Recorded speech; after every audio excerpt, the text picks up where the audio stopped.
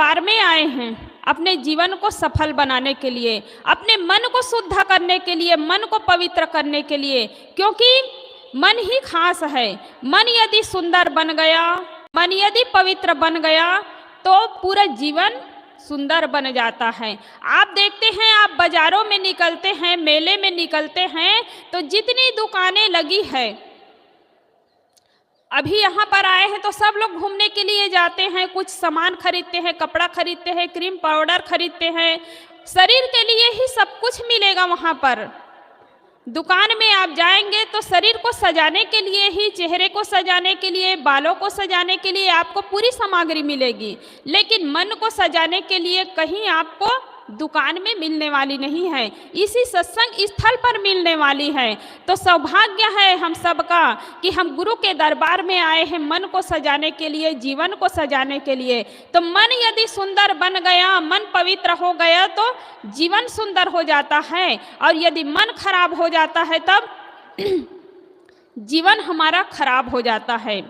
इसलिए चेहरे को सजाने से, शरीर को सजाने से आदमी सुंदर नहीं दिखता है। सुंदर व्यक्ति जो अपने चेहरे को सजाता है वो दूर से अच्छा लगता है, और वही व्यक्ति के संग साथ में यदि आप कुछ देर रहकर देखते हैं, जिसका स्वभाव ठीक नहीं है, जिसकी वाणी ठीक नहीं है, जिसका व्यवहार सही नहीं है, उसके साथ आपको रहने का मन नहीं होगा।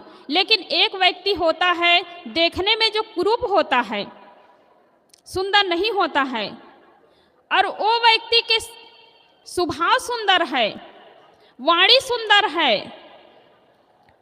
उसके साथ यदि रहते हैं तो आपको दूर जाने का मन नहीं होगा। उसका स्वभाव, उसका आचरण आपको अच्छा लगने लगेगा।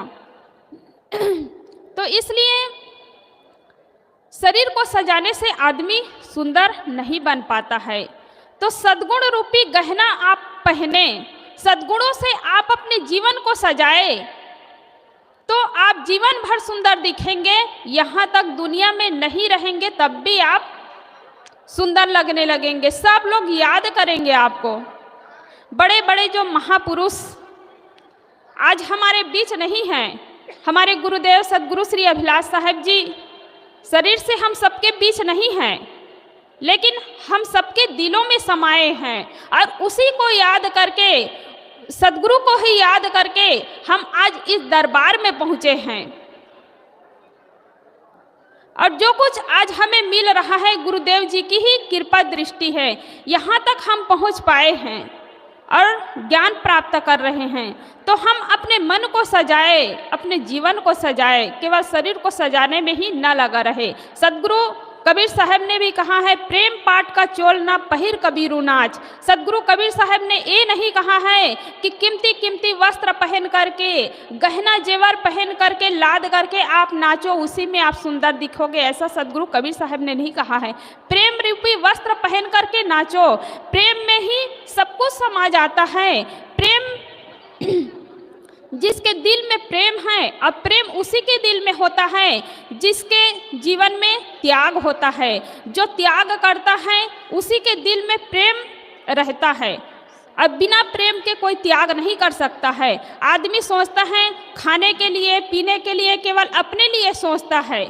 हम दूसरे के लिए भी सोचे, दूसरे के लिए ही भी कुछ करें, केवल अपने लिए ना सोचे। तो मन जिसका सुंदर होता है उसका जीवन सुंदर होता है। तो आप यहाँ आए हैं तो कुछ लेकर जाइए। कुछ लेकर जाने का मतलब ये नहीं है कि आप दुकान में जाए और बढ़िया बढ़िया सामान लाद करके ले जाए, ऐसा नहीं है। कुछ गुरुजनों से जो कुछ आपको मिल रहा है, ज्ञान मिल रहा है, उसको लेकर जाइए। अब जहाँ से आप आए हैं जो भी मिलेंगे उसको आप बांटें, तो आपका जीवन सुंदर बनेगा, साथ साथ दूसरों को भी कुछ लाभ मिल सकता है। और हम सुनते हैं, सुन करके छोड़ देते हैं, जीवन में अपना नहीं पाते हैं। 2 घंटा 3 घंटा सत्संग तो सुनते हैं, लेकिन जीवन में कुछ बदलाव नहीं आ पाता है। जीवन बदलता है तो उसको दूसरे लोग देखते हैं तो वो लोग भी सोचते हैं कि अरे अमुक व्यक्ति जो है सत्संग में जाता है तो उसका जीवन बदल गया।